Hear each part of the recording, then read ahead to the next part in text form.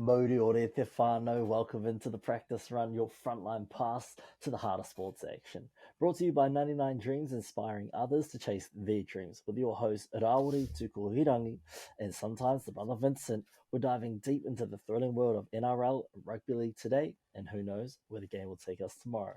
From the sideline to the try line, we got you covered. So strap in as we tackle the big plays, the game-changing moments, and the stories that define legends.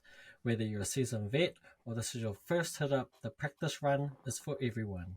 Every run, every tackle, every win, experience the rush with us. With exclusive insights, couch analysis, and a touch of humour, the practice run is here to keep you entertained, informed, and part of our practice squad. Because here, every practice run takes us one step closer to glory. The Practice Squad, where every listener is MVP, powering our play every episode, every day. We'd also like to give a shout out to our sponsors, 99 Dreams, for powering our passion. We'd also like to give a shout out to everyone listening far or near, especially the ones in the States.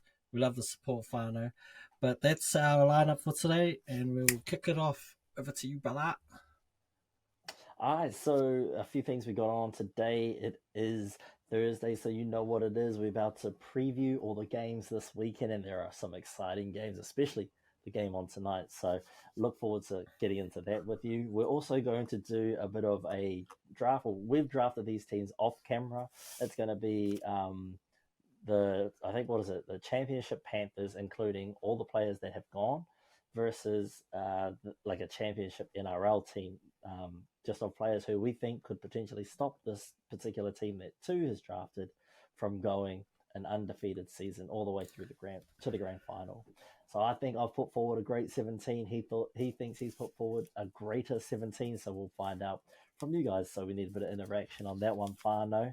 And then after we kick off the show with, how we do the paper, scissors, rock, we're going to dive into another game of Guess Who. We're bringing it back. We're running it back, whānau. I know you guys loved the first one, so we're running it back so you guys can play along at home. But before we do, you know what it is. You know what it is. All right, here we go. I'm on a massive losing streak. I need to get a dub, man. All right, here we go. 1, 2, 3, shoot. And up. Oh, you got me. Straight off the bat. I didn't feel confident with that one too. I don't know why I went there. When I threw it, I didn't feel it. That was me with when I threw the paper last time. Was it paper and you went scissors? I was just like, I don't even know what I was throwing that for, so I just left it. Sometimes you just know when you throw it, you're like, it just feels bad. Oh wow. Yeah, but at least we got the honesty, Yeah. The honesty. Yeah. That's what we're about. But how's the week been for you so far? We're almost to the weekend. How's the week been? Week's been a good one.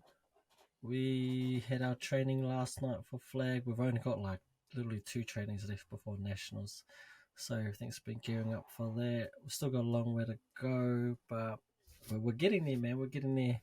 Other than that, just mahi and just training, really. Yeah, brother. What about you? Me, bro, busy, man. You sound busy.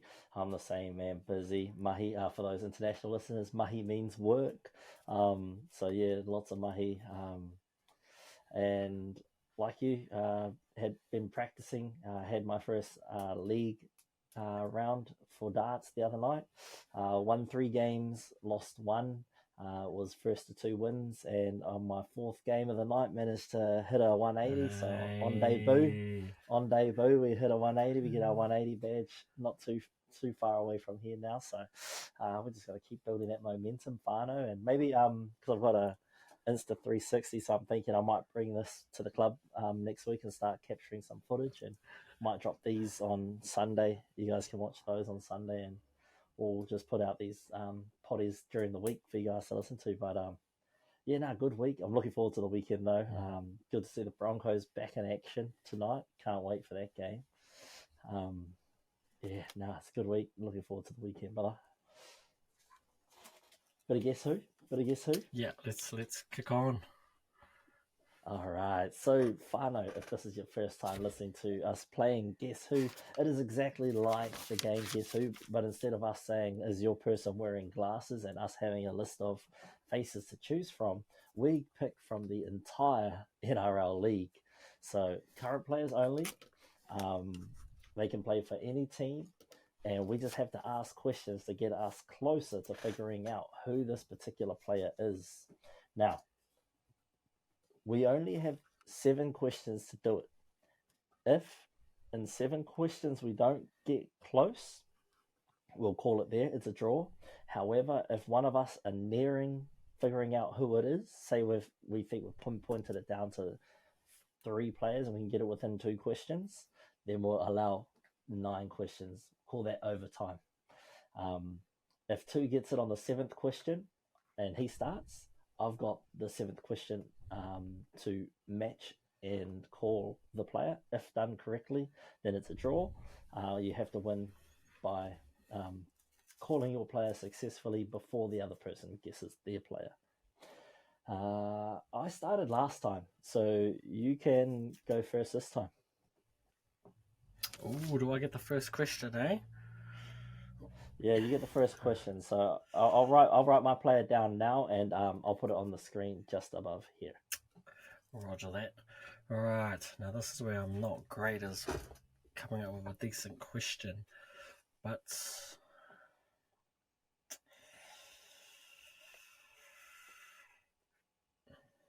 does this player play for a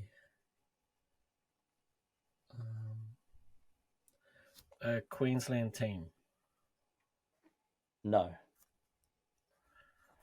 Does your player play on a team named after an animal? No. Oh, okay. Interesting. Where the hell did that question come from? What the Well, hell? there's heaps of animals. You got Sharks, Broncos, Rabbits, Bulldogs, Panthers, Eels. Okay. Okay. Is your player a play in the backs? Yep. Oh. One question just to clarify here. Is a dragon an animal? Yeah, I'll assume so. Okay, so you're classifying it as an animal. Cool. Well, I don't know. It's a mythical creature. Like, would you say a unicorn's an animal? Depends on how you look at it. Hold on. Have I got them all down? Just making sure that I've got them all. Man, that was a trash first question. I knew not to go with it. I worded it wrong. Okay. I was meant to say non-Sydney based team. No, that's my question that I used in the last one. Do you want to come up with something different? Yeah, true that. All right, we're going with... That's where the animal question come from. Okay, we are going with... okay.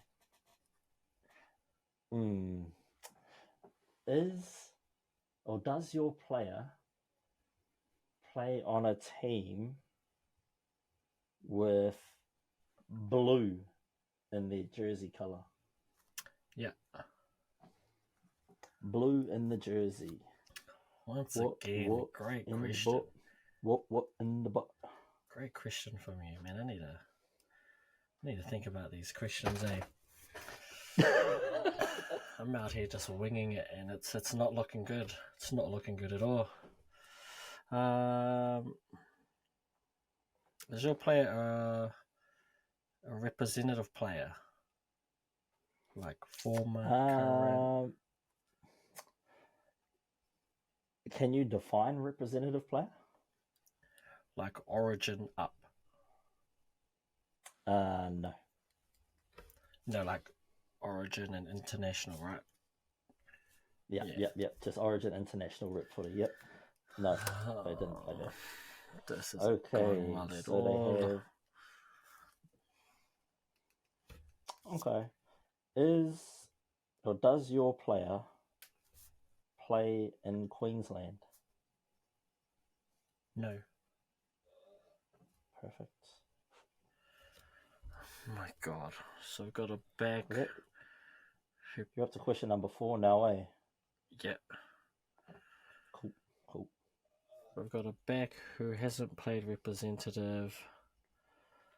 And who plays for like 13 other teams. Yeah. My goodness.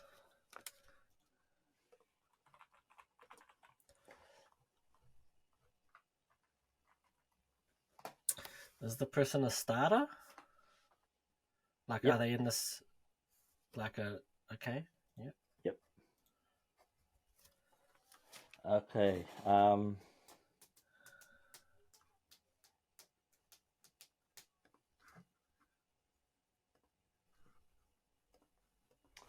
Is your team, or is the player, is your player's team,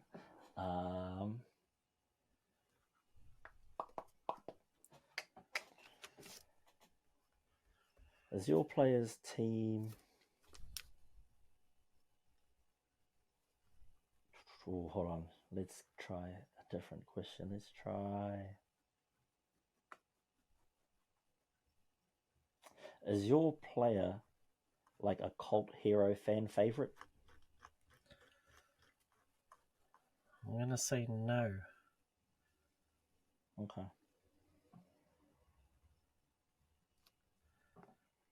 We might have to think that one later, but I don't think so.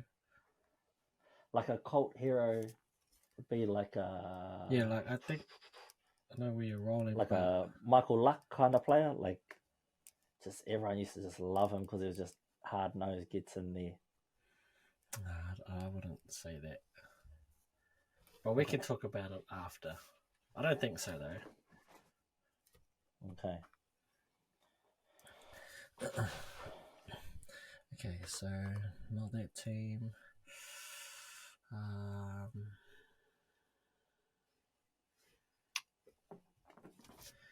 Has your player played on multiple teams? No. Oh, so we're looking for a lone soldier. I'm guessing it's fucking someone that's young because they haven't played any Origin or anything. Does your player play on the Knights? Yep. Okay. 1, 2, 3, 4, 5. We only got 2 more questions, and I'm not even any very fucking close.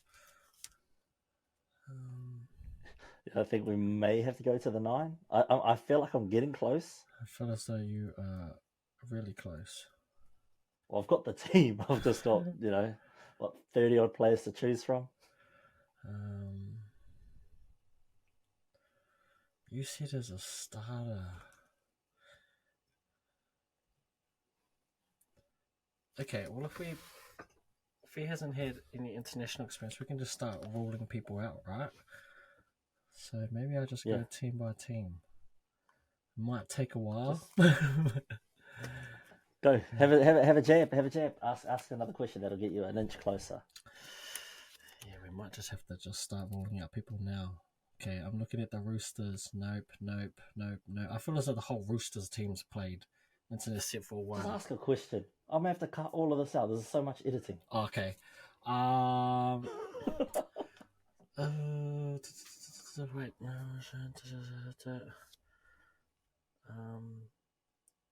Does your guy play in the halves? No.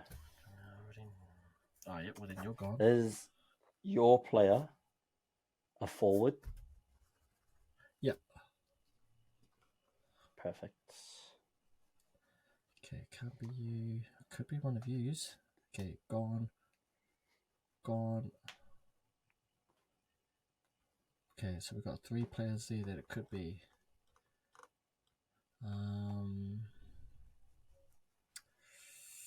Wait, you said not a... Wait, is this the final question? 7A? 1, 2, 3, 4. Yeah. 6, 7. So I kind of have to take a guess? Yeah. Well, you can I'm not that close. Okay, Well, so it's not. kind of, but not really.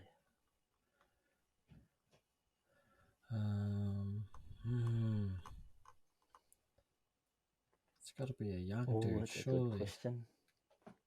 Well, it can't be yous because you're just not even in the thing. It can't be you. I think we'll extend to the you're 9 gone. questions because I feel like we're getting closer. We've got to put a timer on this thing, G. You got to hurry up and do the questions. I'm trying to You're just look making at this each too team long. and just eliminate who it can't be.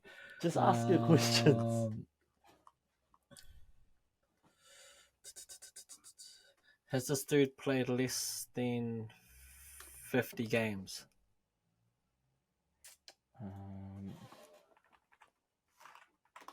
Let's have a look. We are looking at less than 50. Is your player Jaden Brayley?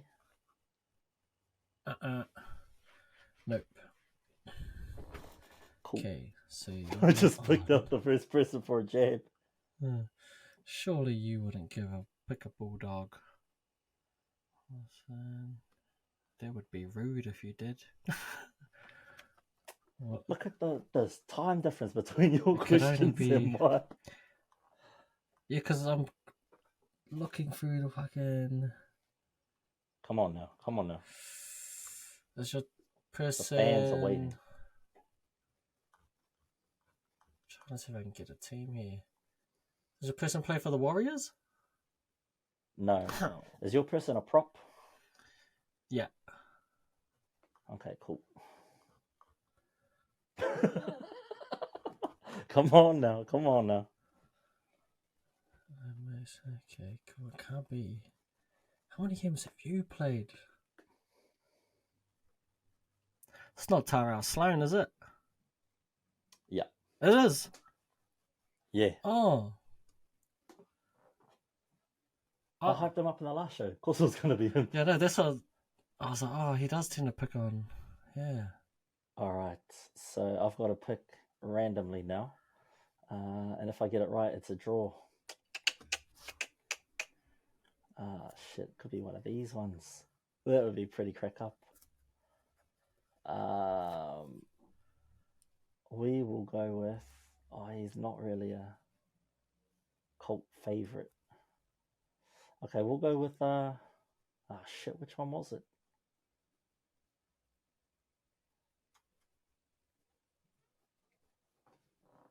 Daniel?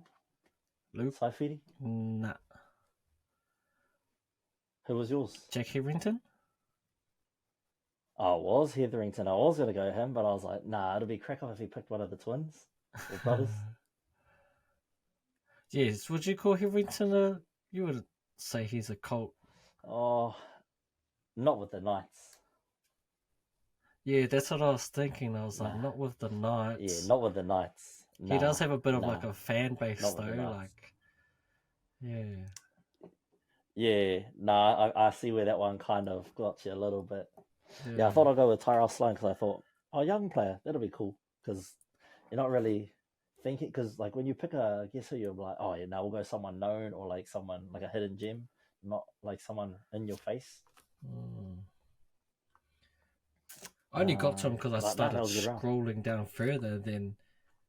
Because I was like, half the teams I was like, nah, he's got too many, he doesn't like their team.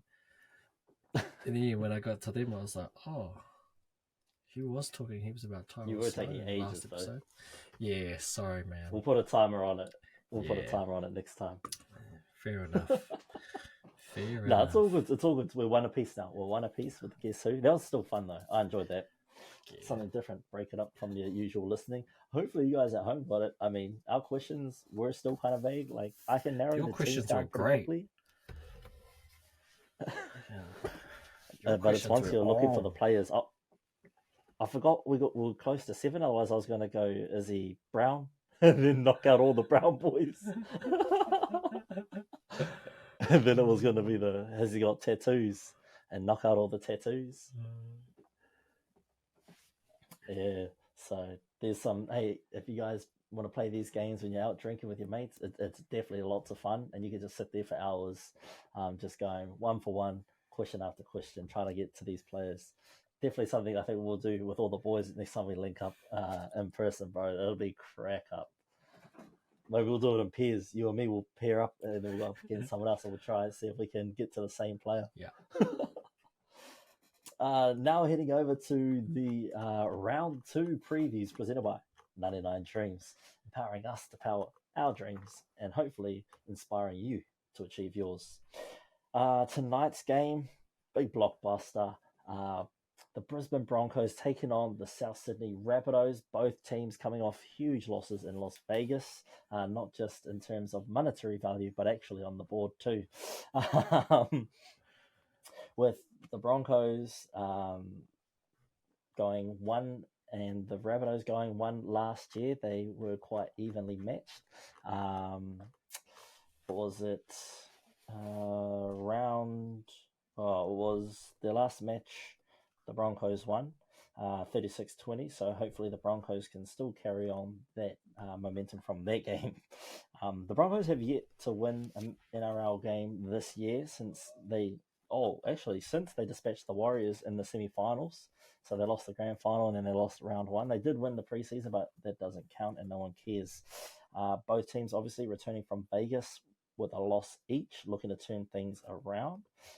You would have expected both of these teams to come away with a win, and that this would have been, the blockbuster match of round 2.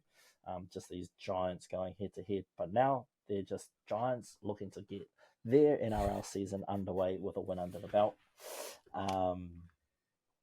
Look, I think it's going to be a highly contested win. I think it's going to be a scrappy battle between both teams. I'm backing the Broncos, obviously, with a 59% win streak at home. Although the Rabbitohs have a 50% win streak in Suncorp since 1998. Their matchup since 1998, Broncos have 25 wins, Rabbitohs have 13 wins, and they have a draw apiece. The matchups, I think, the key matchup between these two teams is always in the halves. That Adam Reynolds always trying to prove to the Rabbitohs, why did you abandon me? I still got the goods. And Walker, he's just quite hot-headed person, so it's always an intense and fiery battle with him out there in Suncorp. Another matchup I'm looking forward to watching is the electrifying Reece Walsh. Haven't said that in a week, so looking forward to watching the electrifying Reece Walsh go up against Latrell Mitchell. And also looking forward to seeing how the return of Pia Kura unravels and see whether or not that helps the Broncos maintain a bit of shape throughout the middle there. For South, I expect a gritty game up the middle and then shift the ball wide late in the sets to try to free up Alex Johnston on the wing, who's currently sitting on 188 tries and nearing on Billy's 190, while he is en route to Ken Irvin's 212, a feat that seems impossible to break, but currently there's hope. And that record has stood since 1973. The TAB has the Broncos sitting at 138 and the Rabbitohs 295. So if you're a Bunnies fan, that's not too bad of an outside bet. I think it's going to be a closely contested game. I've got the score 22-16. What are your key matchups and what are your thoughts and predictions for the game tonight up there in Suncorp?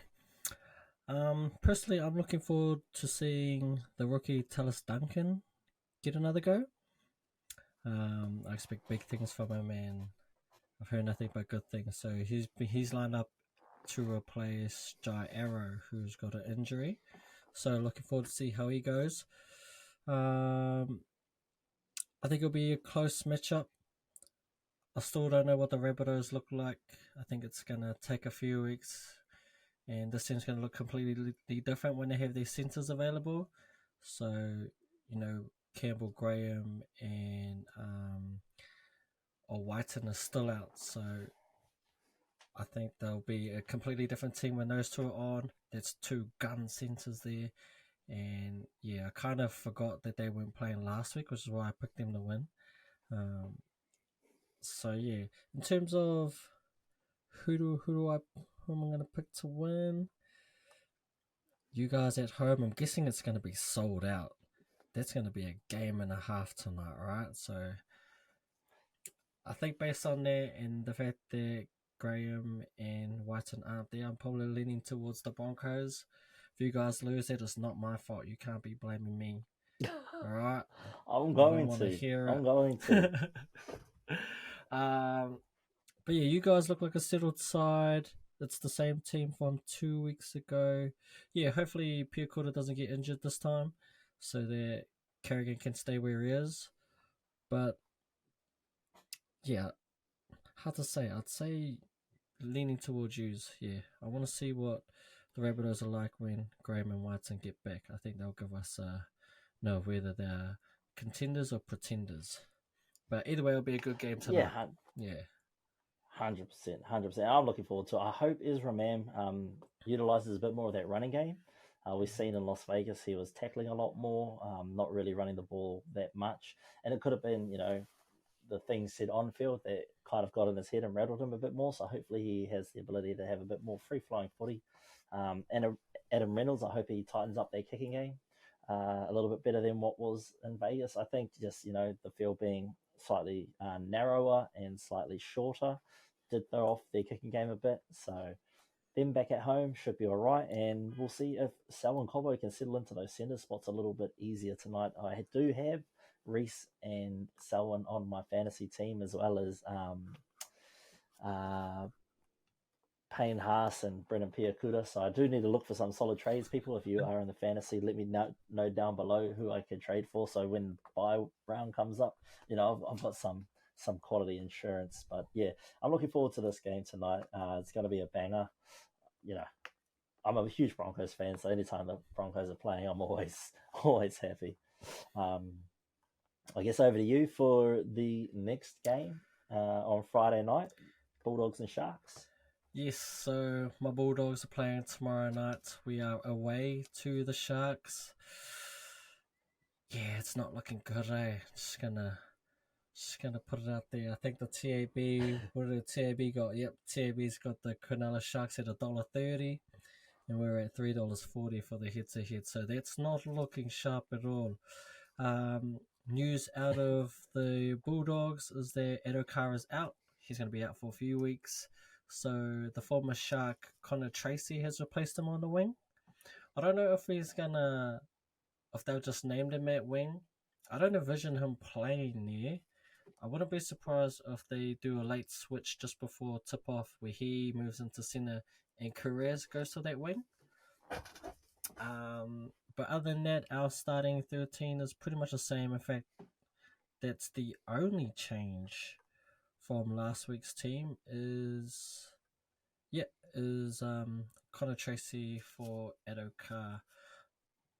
Looking at the Sharks team, I'm pretty sure this is the exact same team who got the job done against the Wars, and rightfully so. They are a good team. We played them in the last preseason game where they won. I thought our defense was good, but that game, both teams just had so many, handling errors, penalties. It was just, you could tell it was a preseason game.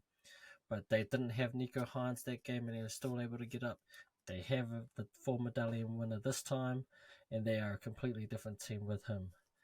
Once again, with our pretty much lack of middles, it showed in that Para game. We were just, we need big boys to get us out of our halves, and I thought the wingers did a decent enough job, but when you don't have any middles, I think Max King only took like 5 runs last game, so yeah.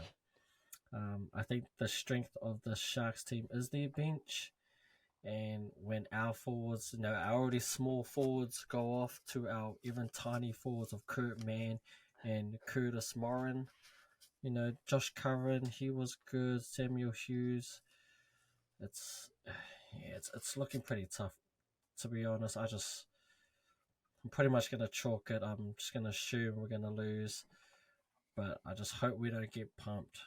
I'll settle for a 12-6 scoreline or 10-8. But I wouldn't be surprised if it's like a 30-10 to 6 scoreline if we even manage to score. They've got the number over us on us. They won both games last year quite convincingly as well. So yeah, man, not much to say. Looks like our season's going to be ending real quickly, and I'll be looking forward to the 2025 season when we sign another 10 utilities. Yeah. What about you, bro? What are your thoughts on the game? Yeah, look, since 1998, fun fact, the Sharks and Bulldogs have won 19 games each. And now I'm assuming the Sharks have won those 19 games in the later seasons. I can't imagine the Sharks getting up over the Bulldogs in those 2000s. So I feel like they must have the Bulldogs' numbers the past few years. I think the Bulldogs will give a bit of a fight. Well, I'm hoping anyway. I've got the score being 16-10 to the Sharks. Unfortunately, I can't give the Bulldogs the win. The Sharks, once they got a sniff last week against the Warriors, they were relentless and they didn't, take the foot off the gas. They kept pursuing and, errors crept into the game for the Warriors and the Sharks capitalised on it. I see a sort of a repeat on that. I think if the Bulldogs start making mistakes early and often, the Sharks will capitalise and they will capitalise heavily. However, I think it might be a game where the Bulldogs sort of make a stand. They show that they've got a little bit of fight in them. But I think the Sharks will grind this one out. What do you make of No Sherry named in the lineup? And is Curran coming off the bench sort of a way to counteract your super small bench? You're talking about Bonson Cherry, Yeah. I thought he might have got a shot, but they kind of want him to earn it in the New South Wales Cup. Just see how it goes there. But I don't think it'll be long until if he keeps playing good and if we keep losing. It's going to depend on whether Blake Wilson can keep him out of the squad pretty much. I think if Blake Wilson plays good, he'll hold on to that spot. But if he starts slipping, we could see Carreras go back to centre and Bonson Cherry come out. In terms of Josh Curran, to be honest, I think he's there because Salmon did so well in the trials. He pretty much won their 13 from him. So yeah, that's why I think Curran is on the bench, or else he probably would have been our lock. In fact, we all assumed he would be the 13 going in. But yeah, Jamin played really well in those trials and he looked good there. So he kind of, in a way, won that spot from him, I'd say. But yeah, Kurt, man, I think he's all good. Curtis Morin, he brings energy, but I just think we need a bigger body. Yeah. I give it about another 2 weeks before we see changes. The Bulldogs fan on all the threads I'm reading on Facebook and all that, they already want change. One game in there and they're already calling for Serrato's head. They want half the team gone. Bro. Just, It's early days, thankfully. I think a key matchup to watch in this game too will definitely be a battle of the centres, Ramian and Carreras, Talakai and Crichton. That's going to be fun to watch. Mm-hmm. Yeah, it will be. Just, yeah, I hope it's a close game and the boys have some fight in them. That's all I'm looking for. And it'll be nice that, yeah, we can actually get in attacking zones and get to spots. But if they just roll over us, it will be a landslide easily. Yeah. Should we go to the next game, Moving over to another Friday night main event. We've got we've been served up a platter. This is definitely what you want for dessert. You got the Bulldogs as your main meal, and for dessert you get Panthers versus the Eels. Now Parramatta seems to be the Penrith bogey team. You know how the Warriors used to be for Melbourne Storm back in the day? I feel like Parramatta is that team for the Panthers with a clean sweep of their matchups last year, with the first being a 17-16 arm wrestle in Parramatta. And then Para came over to Penrith and clocked them 32-18. The Panthers would have licked their wounds from a tough loss to Melbourne last Friday night and will look to pounce if Para get too complacent. Para, coming off a win over their rivals, the Bulldogs, will be looking to claim a victory here and put forward a strong case as to why they are the real deal and strong contenders for the NRL Premiership this season. So can Penrith stand up at home and get a win on the board? I think if they're going to, Cleary needs to implement his kicking game a little bit better, and definitely utilise May a lot more, and get James Fisher-Harris on the front foot early to carry that momentum over forward, and to match the energy that Parramatta's going to give them up the middle as well. I've got, and this might be controversial, but I've got Panthers 10-8. I feel like Para could probably get the win, but I feel like Panthers, this will be their third loss in a row. And like, I could easily see the Eels winning this game. 100% could see the Eels winning this game. I just think that, Panthers hopefully have too much pride to lose 3 in a row. That includes the World Club Challenge, and to lose their first game at home this season. But I could definitely see the Eels getting over them. So it's not a strong Panthers to win this by, heaps. I think the Panthers should win, but I'm not giving it to them. Like, I'm not saying it's an easy win. I think, Para could still get up, but yeah, I'm going with the Panthers just because I think they will have sorted what they need to have sorted out for this weekend. I think they might change their game plan a little bit, and I think they might get the rub of the green this week, because they were unfortunate to have that try called back last weekend, and that could have, shifted that momentum. But also Parramatta, man, they're that bogey team, and if you don't respect them, they can put all that on you. And I think Moses has been cleared to play, so that should be good to go. Let's have a look. Yeah. He's been cleared to play. He's been named in the lineup, so hopefully he stays healthy. But yeah, I think it's a good game. Definitely the main event of the weekend. What do you think about this game? Where's your thoughts sitting? Who do you got to back? To be honest, this is a big game for the Panthers. This is almost like a must-win. I know it's only round 2, but their schedule's ridiculous, bro. They've got Eels tomorrow. Next week in round 3, they play you guys on Thursday.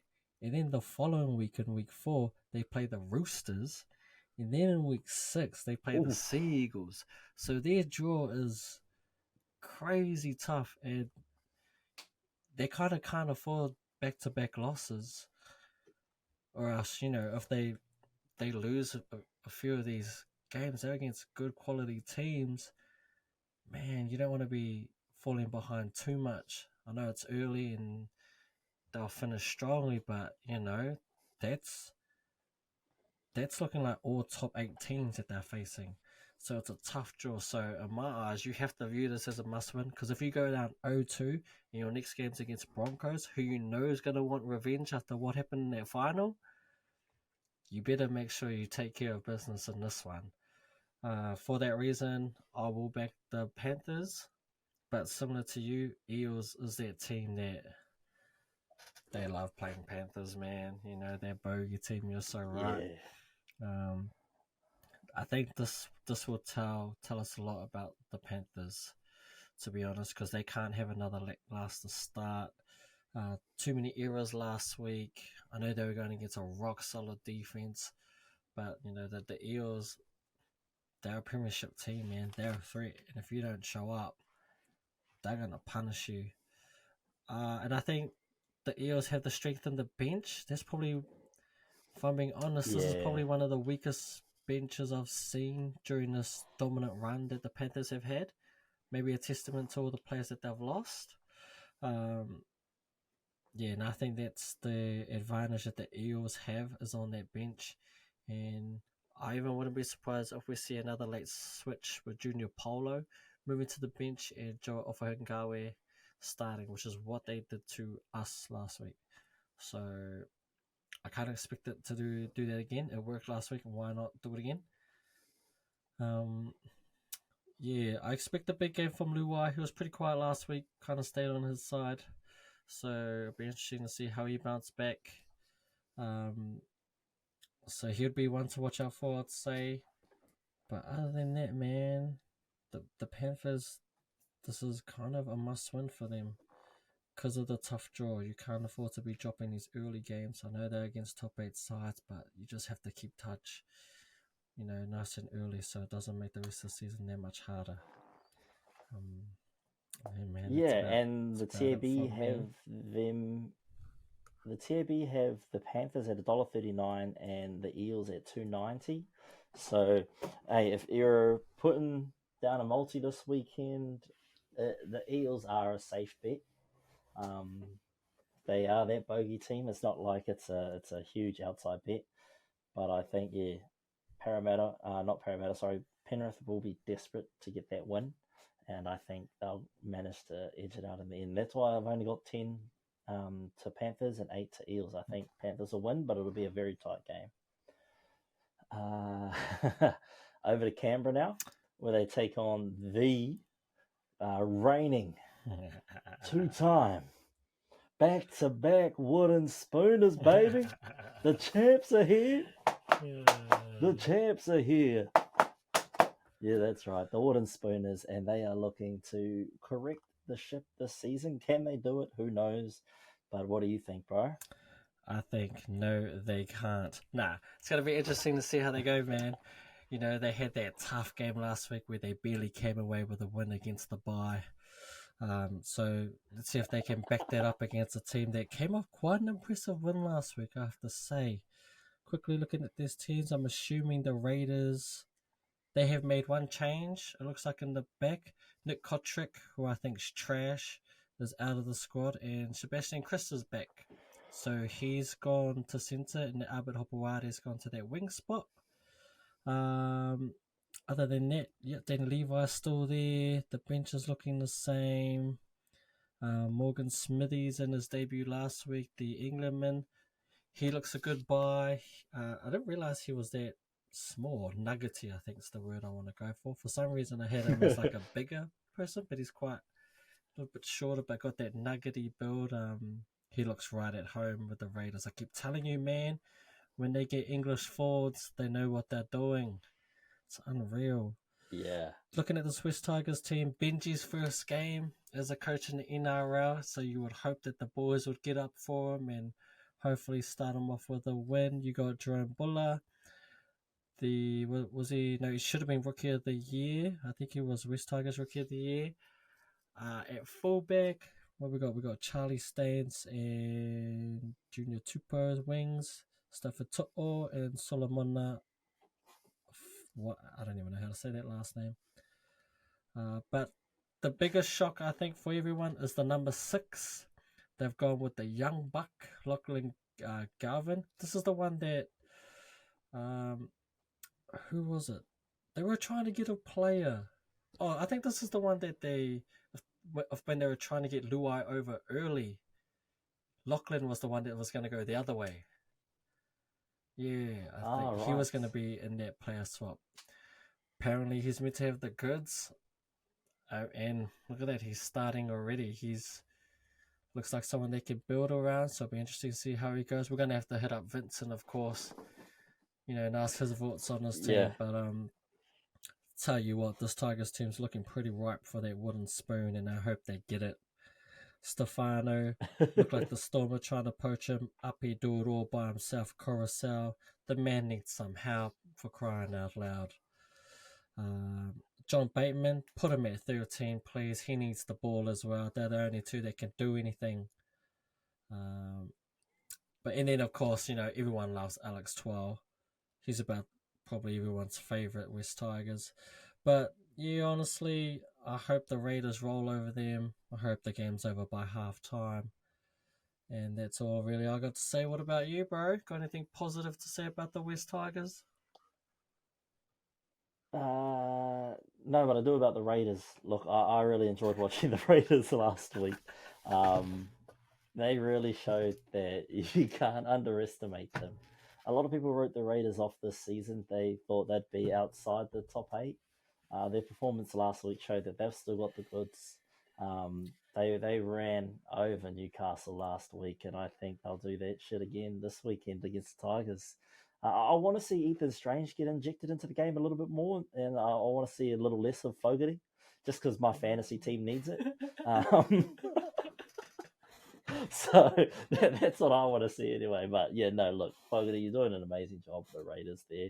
I would like to see Ethan Strange. You're still super young. There's still a long way to go. But yeah, inject yourself a little bit more, run with that ball a little bit more. But Fogarty last week was switching sides of the field on those last plays, so he was able to be where he needed to be to cut Ethan Strange out. He'd be that guy in the club when you're trying to snog on with a girl and he'll come and cut your lunch and take her away for the rest of the night. So that's how Fogarty is with my fantasy team right now. Get out of here, man. I don't need that. But yeah, I'm also looking forward to seeing Danny Levi have another good game. It's just great to see him back at the NRL. And he looked great last week, so I'm hoping he backs it up again this week. Over to the Tigers. Look, I watched them in preseason. They were underwhelming. I think their only preseason one came against a depleted Warriors.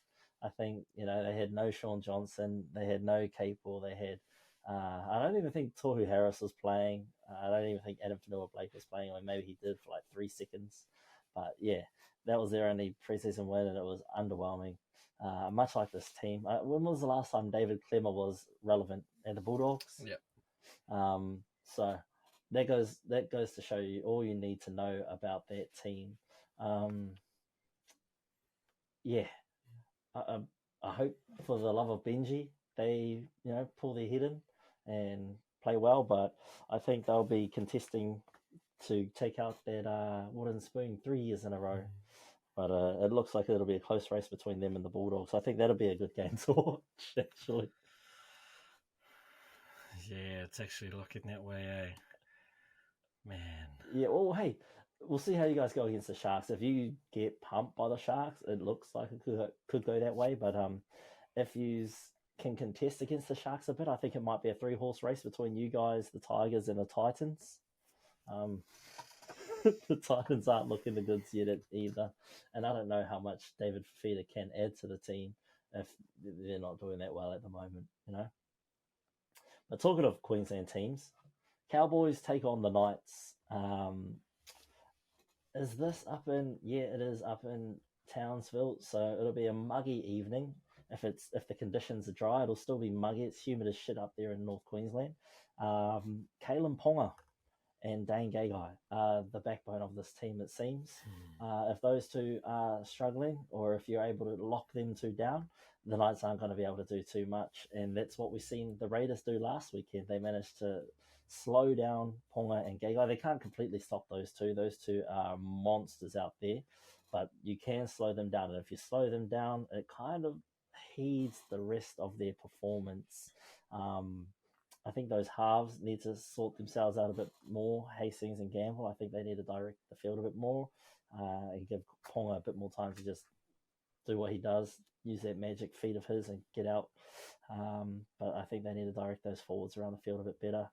I think the Cowboys will be looking to thump the Knights and carry on that momentum and that confidence that they had last weekend versus the Dolphins. They proved that, they're the bigger brothers. They won in Suncorp last week, and it was a thunderous win. Their previous meetings, Cowboys won both of them, 18-16 and 36-16. So those are some great stats to support the Cowboys thumping them. And their overall win rate in this venue for the Knights is 0%. So there you go. That's all you need to know. Back the Cowboys. I'm thinking it's going to be a 36-14 to Cowboys. That big, eh? Okay. Yeah, man. Look, their last season, they were 18 and 36 in their games, and their first game early on in the season was 36-16. And it's still early days in the season, so I think they'll be rolling off of that momentum. I think the Cowboys will do it. I feel like they've got that momentum. They're at home. And the Knights haven't won in North Queensland, according to NRL.com. Well, fair enough, man. That's the stats stay that way, and they got smoked twice last year, so I can see why you would go that way. Like I said when was it? Tuesday. I didn't watch the Cowboys game at all, but the Knights did not look flash at all at home in their first game against Canberra. So I wouldn't be surprised if it goes that way again. They seem to be notoriously slow starters for the season. It seems like the Knights like to build into it. Last year they went on that amazing 10-game win streak that got them into the playoffs and pretty much won Ponga that Dally M. So yeah, maybe that's just the case again. One thing I'll be interested to see with this team is how much Tom Malolo plays. Because I think I see something on Fox Sport. He only played like 25 minutes in game one. That was it. So it'll be interesting to see if they ramp up his minutes. Apparently they're trying to keep him ready for the whole season or keep him fresh for towards the end when they need him. Heard of Zach Leibert had a ripper of a game last week. I don't know who he is. Couldn't tell you anything. I know I'd seem to know who most rookies are, but he's one that I have no idea who the hell you are. So he was wiry, man. He was happy. He looked good. Just looking at these forward picks, you got Ruben Cotter at 13, Nanai and Lukey at the second row. I mean, that's a good forward pick, for the Cowboys. You got the leadership. Our boy Helium starting. Yeah, Helium. Is he earning his first name yet? To be honest, I couldn't even remember him. I didn't know what he looks like. I didn't know which number he was. So I was just zoned out, didn't really care about Helium. I'll make sure to keep an eye on him this week because they're playing before the Warriors, so I'll watch this game. He's the tall, wiry second rower. I'm for sure, yeah. Like, we'll look out for Helium. More of like a basketball build, I'd say. Or like a muscly basketball player. Like tall, lanky, but... Like a Giannis. Yeah. Just, yeah. Even add a couple more pounds to Giannis. Like a Shaq. Nah, that's too many pounds. But yeah, I'd probably look. I mean, Knights didn't really... I picked them to win last week and they let me down. And I don't know if I'm just going off Cowboys just because the Knights pissed me off. But yeah, I'm probably going to have to go Cowboys at home.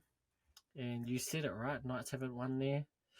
What does Tabby reckon? Tabby reckons $1.43 for the Cowboys, $2.75 for the Knights. Okay. Well, yeah, that probably says it then. Yeah, that's pretty much all I've got for this game.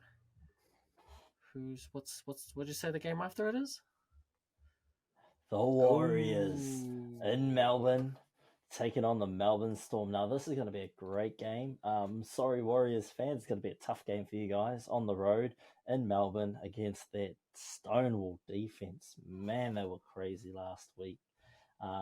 Still no Munster named in the lineup, which is a good thing for the Warriors. However, for Melbourne fans, that doesn't mean shit.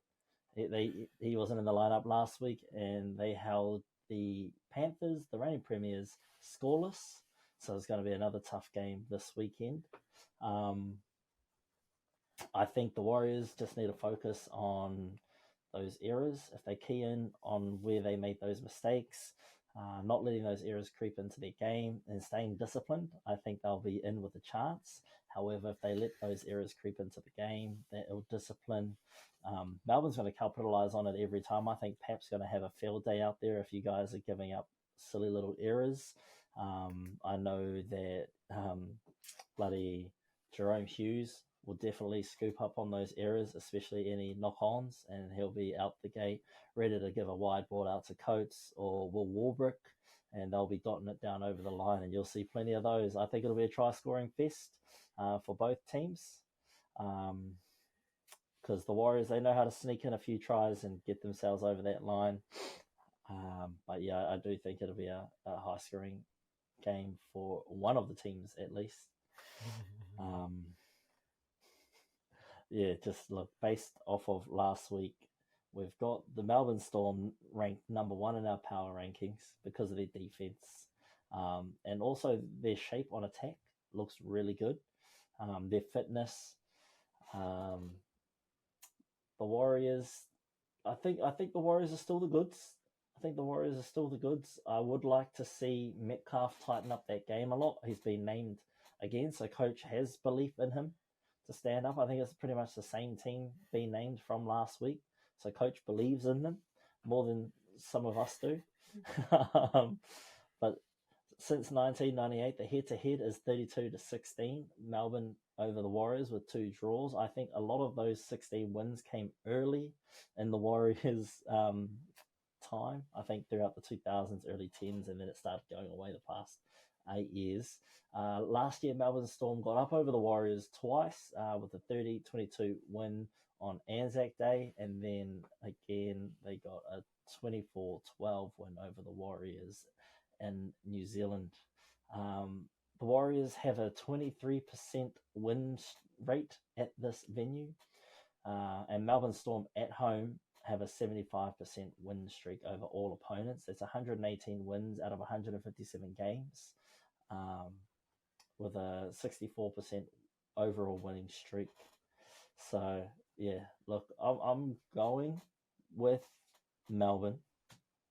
Gonna back Melbourne in this one. Sorry, Warriors fans. Some of you guys might be stoking because of our bad luck, but yeah, I'm going with Melbourne. I'm thinking 32-16. 32-16, eh? So you're picking a comprehensive victory for the Storm. Yeah, well, look, we've only had one game that we've witnessed from them, but that was one hell of a game. Panthers played great defense. Melbourne played better defense, and we didn't quite get to see too much attacking prowess. I'm hoping that we get to see, a 32-16 outline, but I'm backing them. I think we'll get to see a bit more attack this week rather than defense, just because I feel like that's how fucking Jesus. Long day, Fano. Long day. Craig Bellamy will prepare for this game. I feel like he'll make it more of an attacking focus rather than a defense-based focus. What are you thinking, bro? Yeah, you know what? In their first half against the Sharks, the Warriors looked good. In their second half, didn't look so good. And as we know, when you're playing the Storm, you have to be good for the 80. You can't be good for a half because they play the full 80 and they will punish you any chance they get. Personally, I'm a bit gutted that we haven't seen Munster yet. I picked him to be the Dalian Player of the Year. He's not really helping me out because he ain't playing. And from what I hear, he could be out a couple more weeks. So my Dalian pick might be already dead in the water. But it is what it is. I think I said in our review on Tuesday that I thought the Warriors looked good, but their bench was a bit thin. And they look like a completely different team when Wade Egan is on to when he's off. So I expect the Warriors to start well. When you got Fanor, Blake, Egan, Barnett, Harris. You're gonna have go forward ball, and Fanor Blake might be able to win that battle of the middle for you. But when they come off, it just looks like a different team. Their movement's not the same. The service from dummy half ain't the same, and it shows. So yeah, I think they need to cover those minutes when Fanor Blake isn't out there. And if Wade Egan is injured and he has to miss, I know he's been named, but the injury looked pretty, well, I mean, what was bad enough that he couldn't finish the game and against the Sharks. So yeah, if he can't go, man, I know it's not looking good. I think Te Tuopiki is still learning. So I'm hoping Roger gets to do that roaming role from centre and can play both sides, like when he sees it, because he's devastating. We both said on Tuesday that he just needs the ball more, right? Like Luke Metcalf needs to actually pass it to him and let him do his thing. But when you talk about the Storm, really do they make mistakes? they punish you for your mistakes. They can defend for long periods of times. You have superstar Harry Grant at 9. Ryan Peppenhausen, the bro Jerome Hughes, just the man. And their bench is strong with Welch. That kind of looks like the go, He looked good coming off the bench last week, so I know he's used to starting, but man, he's looking solid. So for that, yeah, I'm going to go with you as well. Pick the Storm. Probably, I'd say it'll be a solid dub for them. Hopefully the boys can make it a contest, but I just think the Storm are too classy, and the Warriors look vulnerable when their starting forwards come off. Yeah, that's my take on it. Yeah, 100%. And I think the TAB agrees with us there. They've got Melbourne Storm at $1.41 and the Warriors on the outside at $2.85, which is a large margin considering the Warriors are still considered a top 8 side. Look, I'm still on the bandwagon. I'm still riding with you guys. I just think that this is going to be a tough game. And, some games you just know that it's going to be chalked up as a loss. However, doesn't mean give up and don't play at all. I think you guys still have a chance. You just got to really play on the ball, like Tu said, for the full 80. Heading over now to Sunday's games, we've got Sunday Arvo at Four Pines Park in Sydney. We've got the winners from the Las Vegas game. Why do they get the longest break? They finished the same time as other two teams. We had to play on the Thursday night. These bastards get to play on the Sunday. That's some bullshit in NRL. It's because it's the Roosters. I fucking can't stand the Roosters. Manly, sorry, you're still a bunch of nobodies. Fuck your team too.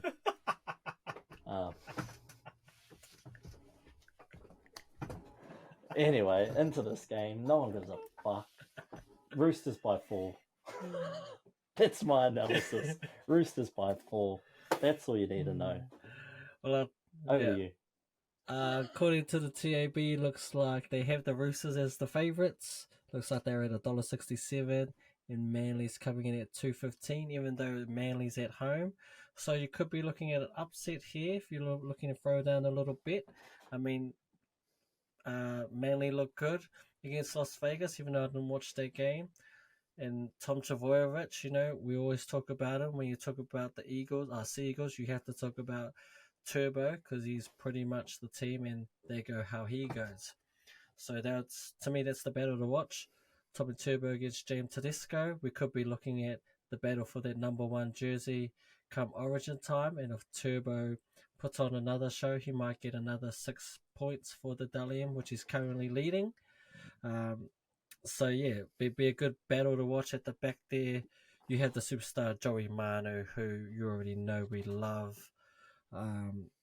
He had a dazzling display in Las Vegas, looking to continue that form on. Going to the forward pack though, you got a good battle at number 13, Jake Trbojevic against Victor the Inflictor. Both great defensive players and both have soft hands. You have the return of the legend Jared Wawerea-Hargreaves in his last season in the NRL. He's filling in for the suspended Spencer Leniu, who we're not going to see for 8 weeks. Brandon Smith, though, he looked good last week. Didn't overplay his hand, pass when he needed to. When he got to quick play the ball, he just does what he does. Lindsay Collins looking good as well. Yeah, man, I kind of don't know which way to lean. I mean, I know the Roosters are the favourites, but to me it's the Turbo effect. If he plays lights out, then I can easily see Manly taking a dub here, being at home. So, you know what? We've pretty much picked the same winners every time, eh? So I might actually go against you on this one, and I might go with the home team, the underdogs. I'm going to pick the Sea Eagles to get the win on this one, based on the back of Tommy Turbo. You got DCE still there, Jake Trbojevic. I don't know if the bro, where's his name? I can't see his name. He played 6 for them last year, but now's in the second row because he doesn't really train hard. Island boy, Schuster. That's the one I'm thinking of. Schuster is not even in the 17. He didn't even get named in the 22, so... But yeah, that's pretty much me. I'm going to put the Seagulls in the close one on the back on a Toby Turbo masterclass. I'm sorry, Joey Manu. I still think you're amazing. And sad to see you go to French rugby. Is it confirmed? Pretty much, bro. Pretty much. Yeah. Well, in previous meetings for Stats fans, the Roosters won 26-16 in August and Manly won 18-16 in July. The constant there is the 16, so if you're superstitious, maybe put 16, I don't know, 26, maybe go 22-16 Manly or 22-16 Roosters, whichever way you fly. It is a battle of the beaches. Manly do have a nice beach, so do the Roosters in Bondi. Now, Manly have a 61% win streak at home, and the Roosters have only won 7 of 19 games at, what is the stadium called? 4 Pines Park. So there's some extra stats to help you choose whichever way you want to go. One thing I was going to say is that I think, the addition of Luke Brooks helps pump up that Manly side a bit more. But the return of Dom Young, I think, will add a bit more flair to that Roosters side. So again, I'm going with the Roosters. 4 points. 4 points. What does that make it? 2016. There you go. That's my prediction. 2016, Roosters over the Seagulls. The TAB agrees with me. $1.67 to the $2.15 for Manly. Let's move on, eh? Yeah. Sick of these teams.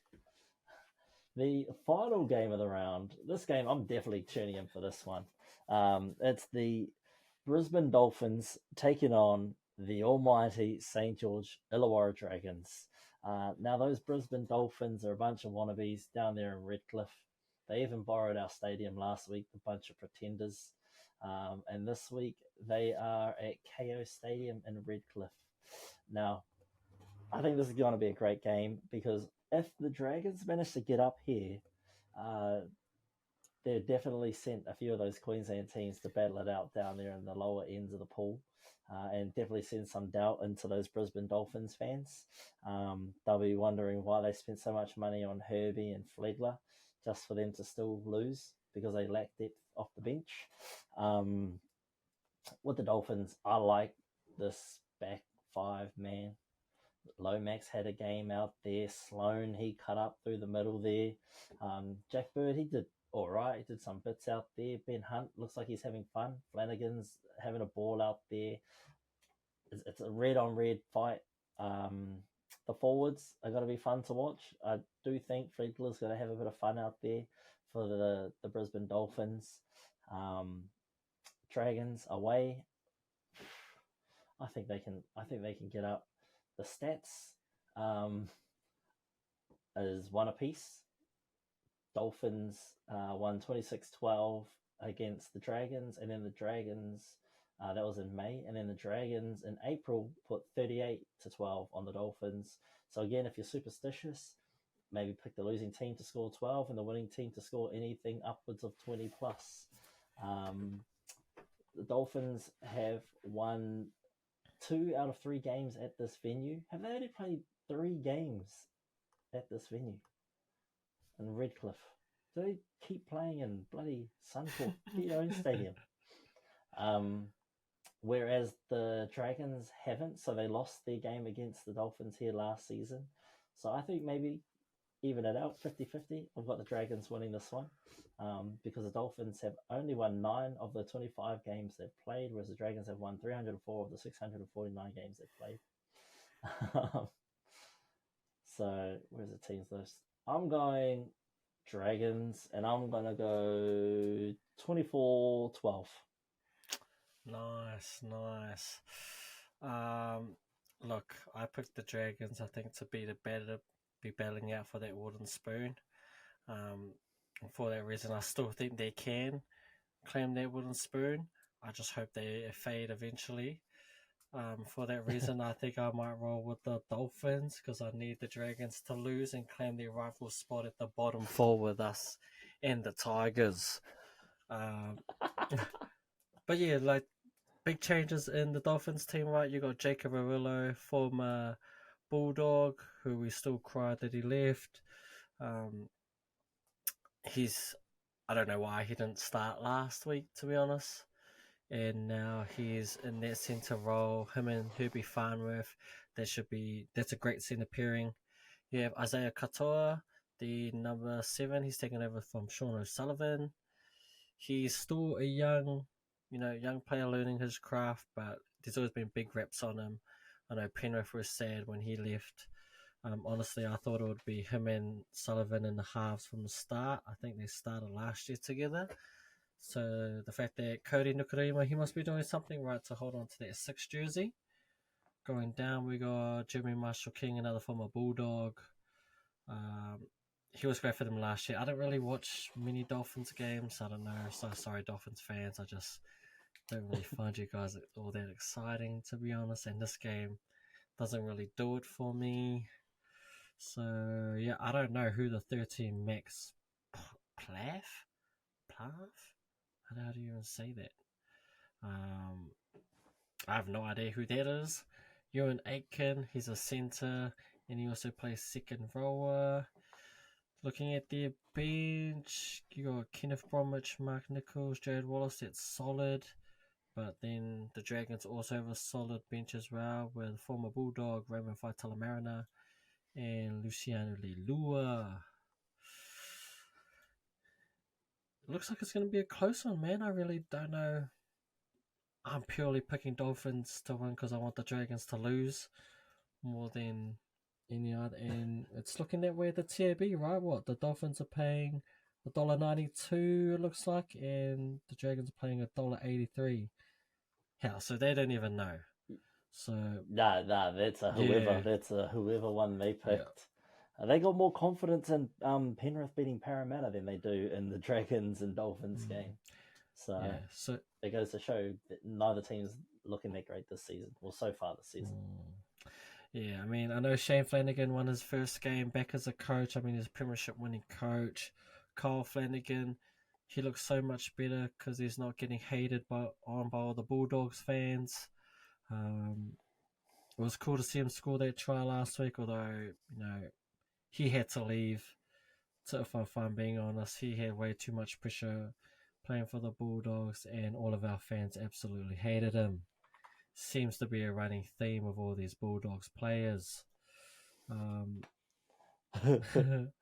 Be interesting to see if Ben Hunt drops the ball again in this game and gets roasted for it by the commentator. What a ruthless call that was.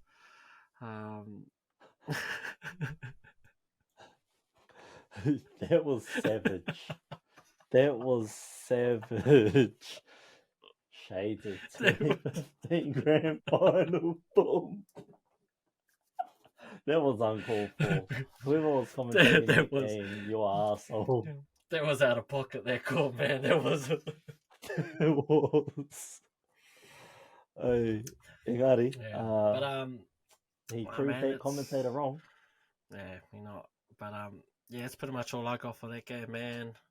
I don't even know if I'm going to watch it, if I'm being honest. Probably will. I'll watch the first half at least, yeah. But, yeah, man. Watch the whole thing this time, eh? And you might see some Tyrell Sloan magic. No, it's because he's magic. He's not electrifying. He's magic. It's because they played after the Bulldogs, so I was already crying from us getting smoked, and it was like 11:30 at night. So I was like, I'm going to sleep. Have you got your TAB up yet? You got to do a multi this week. I'll do a multi as well. We'll compare our multis. You build yours, and I'll build mine. And we'll talk through what we're doing. So I might not pick the same picks that I picked to win the games as I do on my multi. Okay, just because I don't want my team to lose. Okay. So I've built an 8-league multi. I might put $20 on that. See what happens if we go. So my multi looks like this. We've got I've got Bunnies, Sharks, Eels, Raiders, Cowboys, Storm, Eagles, Dragons. $20 and the payout is 2.5k. Jeez. Going for a few outside bets. I think I'm taking the under on that one. I'm just putting something quickly together. I think I'm going to go with the Broncos. The Sharks Bulldogs, I might take the over, 38.5. That's how much I think the Sharks are going to smoke us by. And that Penrith Panthers game, I might take the under, 35.5. Because you've got that as a close game, eh? Yeah. So I might take the under on that one. Raiders, Tigers, I'm just going to pick the Raiders.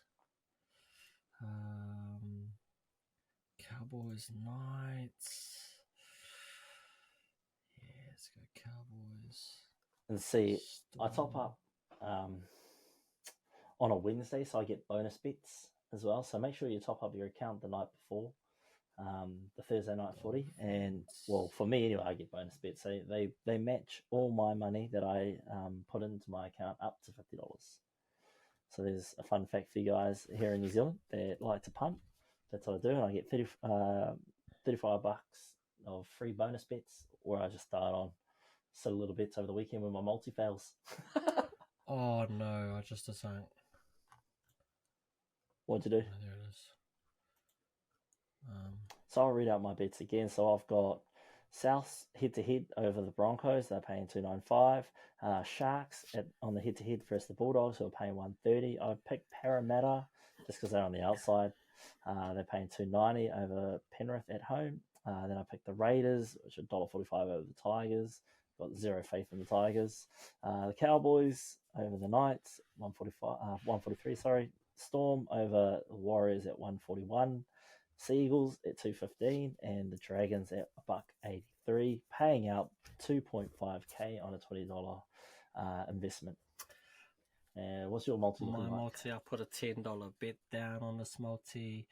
We have gone with the Broncos to win. We have the Dolphins winning, Sea Eagles, Melbourne Storm, Cowboys, and Raiders. So those are all just head to head. And then we're taking the over for the Sharks v Bulldogs. And we are taking the under for Panthers versus Eels. The under is 35 and 35.5. So I'm with you on that one. I think it'll be pretty close and a low scoring affair. So I'll take in the under. And unfortunately, I've got the Bulldogs getting absolutely pumped. This is combined score, by the way. So, it's... And the over on that one is 38.5. So if they go by your score, I think, which you had at 32-16, eh? For that. Which one was that one? The Sharks Bulldogs. Sharks Bulldogs. Where's my notes? I think that's what. 16-10. Oh, did you have a 16-10? 32-16 was the Warriors. Oh, yeah, that makes more sense. Nah, I reckon it's gonna be with Hines there, and if they get momentum, they're a hard team to stop. So I see them scoring 30 points. It's just whether we get 2 tries or not might be the difference there. So that $10 multi comes out to $585. Not bad, I'd say. Not bad for $10. Yeah, not bad for $10. Yeah, a couple upsets I think I've selected, but yeah, the over under.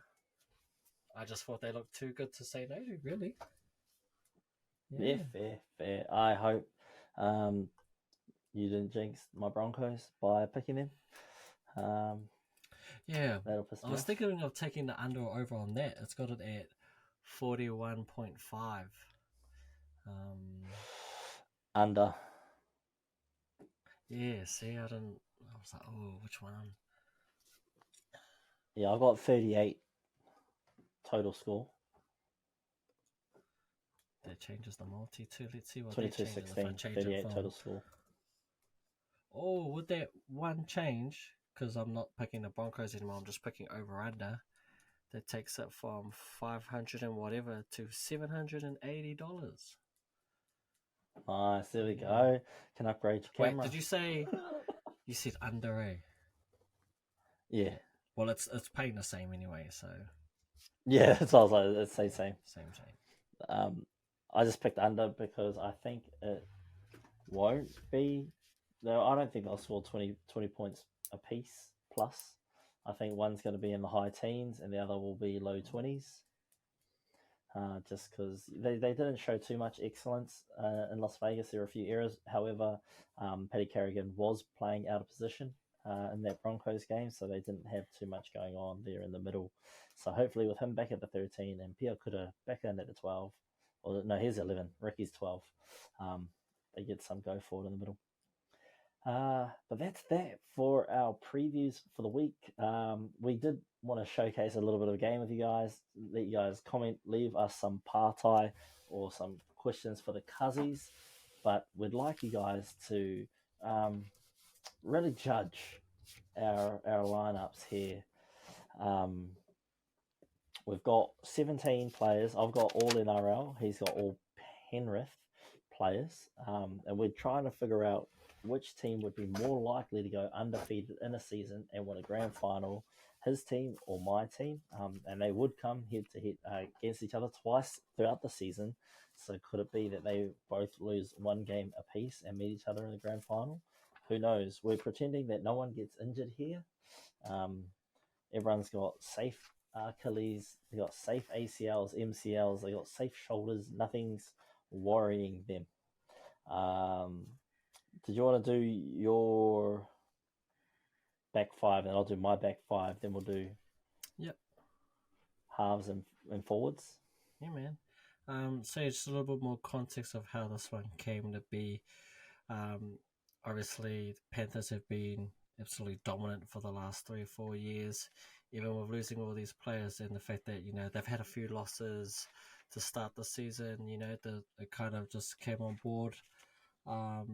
How good this team would look if they didn't lose all their players, and how if we think that they would actually go undefeated if they got to keep who they wanted to keep. So that's kind of where it came from, and because I thought, if they got to keep whoever they wanted from all those title teams, I think they'd go undefeated quite comfortably, actually.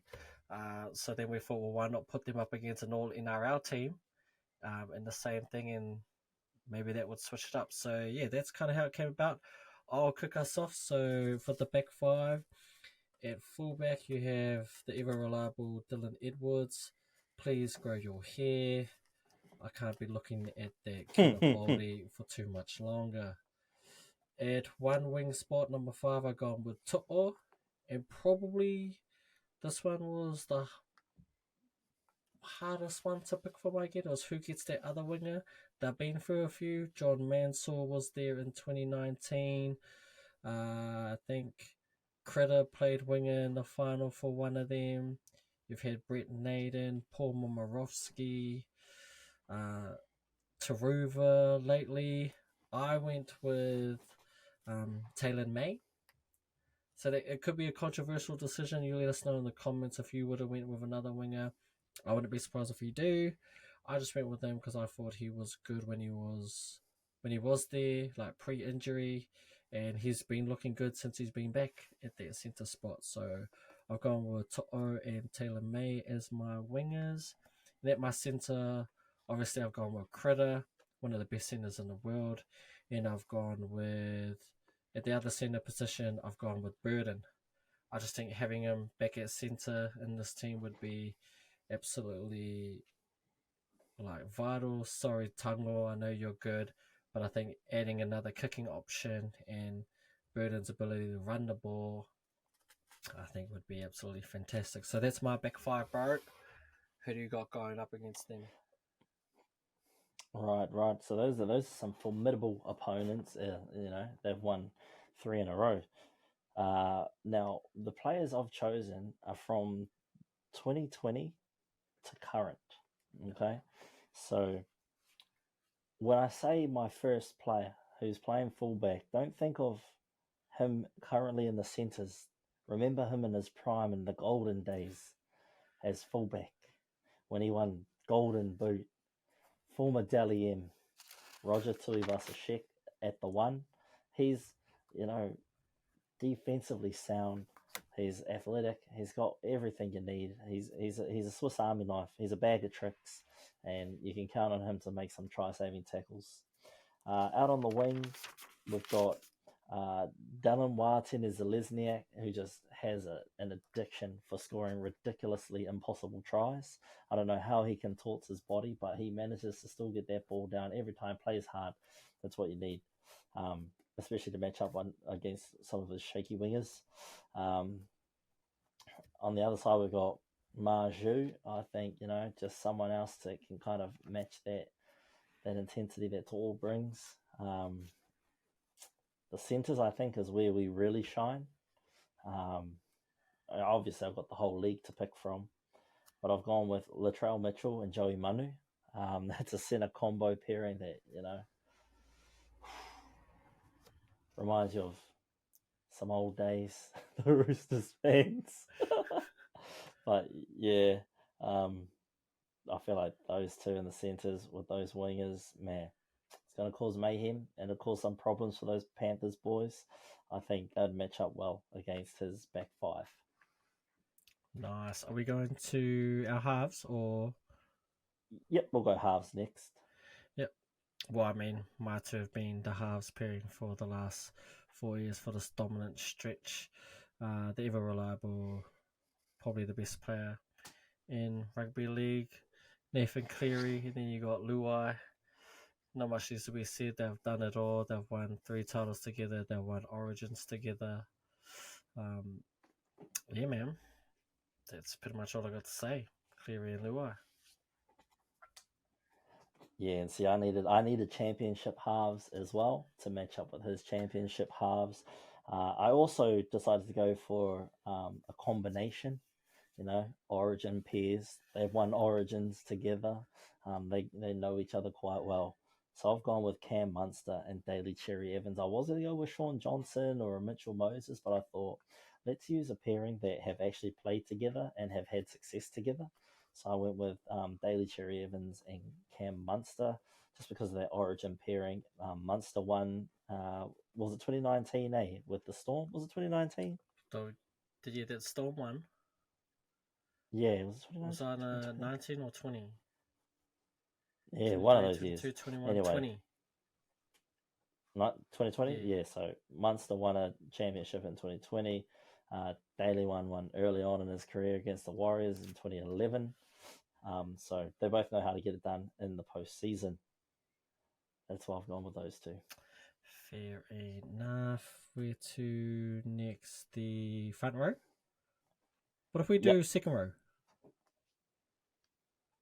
Okay. The second rows? Yeah, sure. Yeah. So second rows, this was a tough one for me. I had a few that I could have picked from. The two that I've decided to go with have both left. So I've gone with Viliami Kikau, put him back in the Panthers team, and he would be absolutely devastating. And I've gone with the one who's currently playing at the Warriors, Kurt Capewell.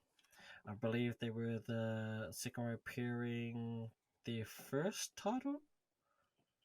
Yeah, I think so. And then he was over at the Broncos 20. Yeah, so 22. Yeah, Viliami Kikau, when he was at Penrith, was probably the best second rower in the game. I think he's still class. He's just in a side that's struggling at the moment. And Kurt Capewell just seems to be class wherever he goes. If you're wondering where the other two second rowers are that you thought were probably going to be there, they make the team. They're just on the bench, okay? That's just how much depth there is in this team. So yeah, I've gone with Kikau and Capewell. Nice. And those are great options. We have gone with David Fifita, and Olakuatu in our second row. Just some hard-hitting Brown brothers. we thought about putting Cotter in the second row because I got someone else in that lock, so I was going to put Cotter in the second row just so he can still be a part of this team. But you'll see him pop up later on off the bench.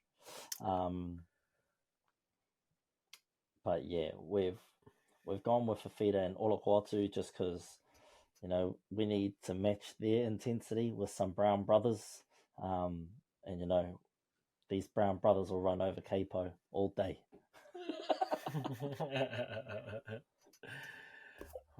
Fair enough then. Next, I'm going to go with my two props. It's pretty obvious who I'm picking. I'm picking the Smash Brothers, James Fisher-Harris and Moses Leota. They've been the best, I'd say, prop pairings the last 2-3 years. James Fisher-Harris has been up there consistently one of the best, along with Payne Haas and Joey Tapine, I'd say. And you got Moses Leota, who seems to be coming into his own in these especially last year, man. I think he really burst onto the scene. He's looked at definitely as the Robin, but I think now they're quite even. And when one has a bad day, normally the other one can pick up the slack. Rarely do they both have off days. And when they're both on, it's not looking good for the opposition. So I've gone with the Bash Brothers as my starting props. So that is James Fisher-Harris and Moses Leota. Nice. And yeah, look, two big, reliable boppers that really put in that hard work and they set that platform. Look, I'm looking to try and counter that with another couple of big boppers. I've got Tene Tino, Tino with a hard last name. Fa'asuamuali. And my boy, Payne in the Haas. Payne Haas, man, I've got those two big boppers carving it up in the middle there. Payne Haas, the most consistent prop in the league for the past, however many years. I'm pretty sure every year he's played, he's been the most consistent prop. And then 10-year Tino, you don't get a 10-year contract without being the man. So 10-year Tino makes the squad. And I had to go with Queenslanders because most of the other props around the league have all played for the Panthers, obviously. So we had to go with Queensland props. Props that play in Queensland. Sorry, I shouldn't call Payne Haas a Queenslander. So it's ruthless. Although I bet Queenslanders would love to claim him. Of course they would. So yeah, we got 10-year Tino and Payne in the Haas. It's not bad, man. Not bad as well. Aren't you scared that they're gonna just end up fighting each other? Nah, man, not on the same team, brother. Not on the same team, and not with my captain on their team. Fair enough. Right, so that leaves us with the hooker at number 13 spots. So for my hooker, I've gone with none other than Apior by himself, Coruscant. But he isn't on this team, okay? He isn't. His leadership, he was there when they lost their first one, and he was there when they went back to back. So Uppy, there was an easy choice. I feel as though when he came to the team, he changed him. His play out of dummy half, the way he could control the game and how he worked with the rest of those boys is second to none. And then rounding out my teammate lock, I got who I think's been the best lock for the last couple of years, 2 or 3 years. And honestly, his start to this year has been even better. I feel as though somehow he's gotten better. His ability to run hard and get over that advantage line, and his ability again to be that first receiver and play out the back of his ball playing. He's to me probably the most complete 13, and I know there's a few other locks out there who are good. Trust me, like that they're really, really good. I just think he's just a smidge ahead of them. So yeah, I've got Isaiah Yeo as my 13. Nice. Well, look, at my 13, I've got Cam Murray. Man's got pythons on each arm, man. And he's often battling Isaiah Yeo for that 13 spot in the New South Wales team. I was a toss-up between Cam and Paddy, but I thought Cam offered a little bit more of what I want from him in terms of how this team looks. I wanted more of a running 13, whereas Paddy's kind of like your all-purpose 13. I just wanted a sort of a up-the-gut kind of 13 for this particular team because my hooker is none other than Cam Smith. Yes, he makes the cut because he didn't retire till after that 2020 grand final. So he's on the team and he's the captain. He's going to stop Payne and Tino from fighting. Just those years of experience. He knows how to get games won. He was part of the decade of dominance Queensland team that I hate so much. He's part of the Melbourne Storm. He was the heart of Melbourne Storm. You can't go wrong having Cam Smith on your side. I thought about Harry Grant, but then we talked about how Cam Smith hadn't retired at this point, so he makes the cut. He makes the cut. It is an 80-minute hooker, and by putting Cam Smith on the team, we got at least 7 calls from the ref going our way.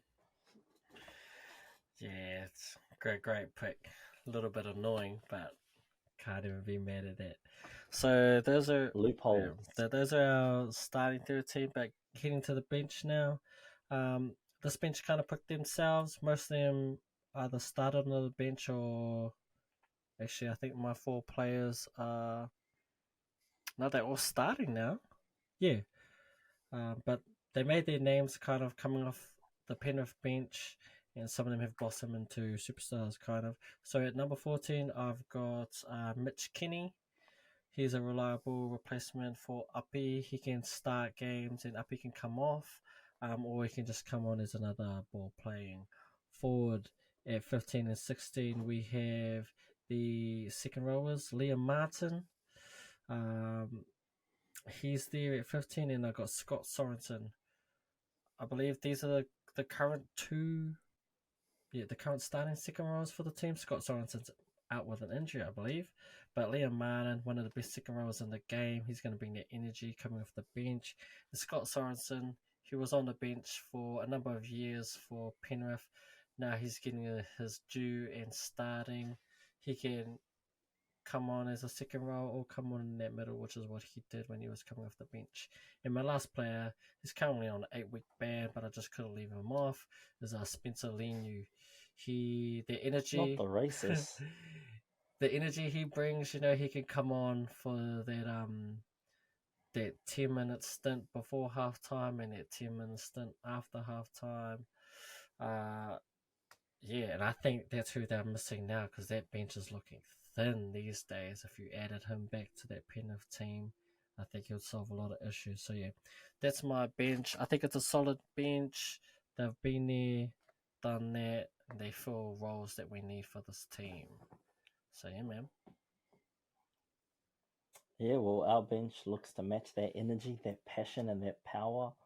And we've got the hitman Victor Radley on the bench. We're going for an old school bench, so it's all forwards. We don't need backs. We got 80-minute backs. We don't need a replacement hooker. We got Captain Cam Smith. He knows how to slow the ruck down. He's all goods. Even in old age, he's all goods. We've also got Ruben Cotter, Adam Fanua-Blake, and the great Joey Tarpini. Had to get some oldie boys in there, Got to try and suss one in there somewhere. With Joey and Tarpini. But yeah, look, we just needed some more big boys to match that intensity, and having some of these guys come off the bench. All of our guys are good guys. None of ours are racist, so I think we win extra points there for having no racists on the team. It's just, some of us have morals. And we're coached by the great Bellyache. Yeah, that's right. You get, who'd you say? Craig Bellamy. Mm-hmm. Yeah. Bellyache. Yeah, that's right. And I've got, on my coaching stuff, I've got obviously Ivan Cleary, but we're also bringing back Ol Webster from the Warriors and Serraldo from the Bulldogs, and we'll even chuck in Trent Barrett there. So you've got the guy who was responsible for their attack in Trent Barrett, Serraldo, the one who was responsible for their defense, and Webster, I'm not too sure what he did, but he seems to be doing good shit at the Warriors, so I'm assuming whatever he did at Penrith would have worked too. So they get their whole complementary of coaches to go up against your Craig Bellamy. But Oh, Craig, Wayne, and Trent. They're all going to be at each other's throats. Nah, man, they'll be just having the mean Wānangas. Got a whole pre-season to Wānanga. Yeah. The unbeatable round one. Yeah, we'll play you at round one. Beat Craig's round one record. Nah, man, look, I like it. I like your team, eh? Not too sure about your second rowers. Are they playing 80 minutes? Or does Murray get shifted there in Cotter? Yeah, they're gonna rotate through Radley, Cotter, Murray. They're gonna have jams. Oh, you've It's a flexible side. chucking Radley at the second row, eh? Bad. Okay. We'll just rotate them through. We'll rotate them through, brother. Yeah. No, That way they're all fresh, ready for hits. Yeah, you got a solid team. Can't knock you for that. And we got Cam Smith to guide them around the field. So I think that's the biggest coup there is having Cam Smith on the side, just to guide and direct them. And you know that's a bloody Origin team right there. Munster, DCE, Smith. That's combinations. Had to match your combination chemistry. Yeah. You got Mitchell and Manu as well, who were part of that back-to-back Roosters team. I believe there was a centre pairing for both. If it wasn't for both, then I think one played centre, and I think Manu might have been the wing. Yeah. But they have that chemistry, and then obviously Latrell has chemistry with Cam now. Fafita and Tino. Artis and Dallin. No, that'll be sweet. That'll be sweet. But yeah, I think that'll be an interesting matchup. Imagine, make it happen. Someone make it happen. It'll be a cool charity match to see. Or EA or anybody bring out a new rugby league game so we can do something like this, make it happen, and just simulate a season. That would be sick. Maybe we'll come up with our ideas of how we'd make the next rugby league live. But they will save that for another episode. This has been a long episode. Thank you all for sticking through it all. It's because of Tu's long pauses between his questions. We'll speed them up as the season progresses. We'll get a timer. Yeah, my bad. No, but hey, if you made it to the end of the show, thank you all so much for listening to us yabber on. We hope your team goes well this weekend, whoever it may be, as long as it ain't the Roosters. Fuck the Roosters. Even though I picked them to win, fuck the Roosters. Hate them. Hope you all guys all have a safe, enjoyable weekend. Glad footy's back. We'll throw it over to Tu for any final words. Yeah, man. Sorry about taking my time on those questions. I didn't have good questions like you did, okay? Just, I don't know. Then I was stalling. I don't even know how I won that. But no, yeah, thank you again to all of our fans, either near or far. Thank you for tuning in. Anyone else who's listening, feel free to support us. Give us a like on all of our forums. If you follow us on all of our platforms. And yeah, man, if you got comments, leave it down there. You know, you might want us to do... If you want us to do anything else, talk about other things, we're more than happy. But other than that, we will see you for the review show on Tuesday. But until then, cheers to the church, mā te wā.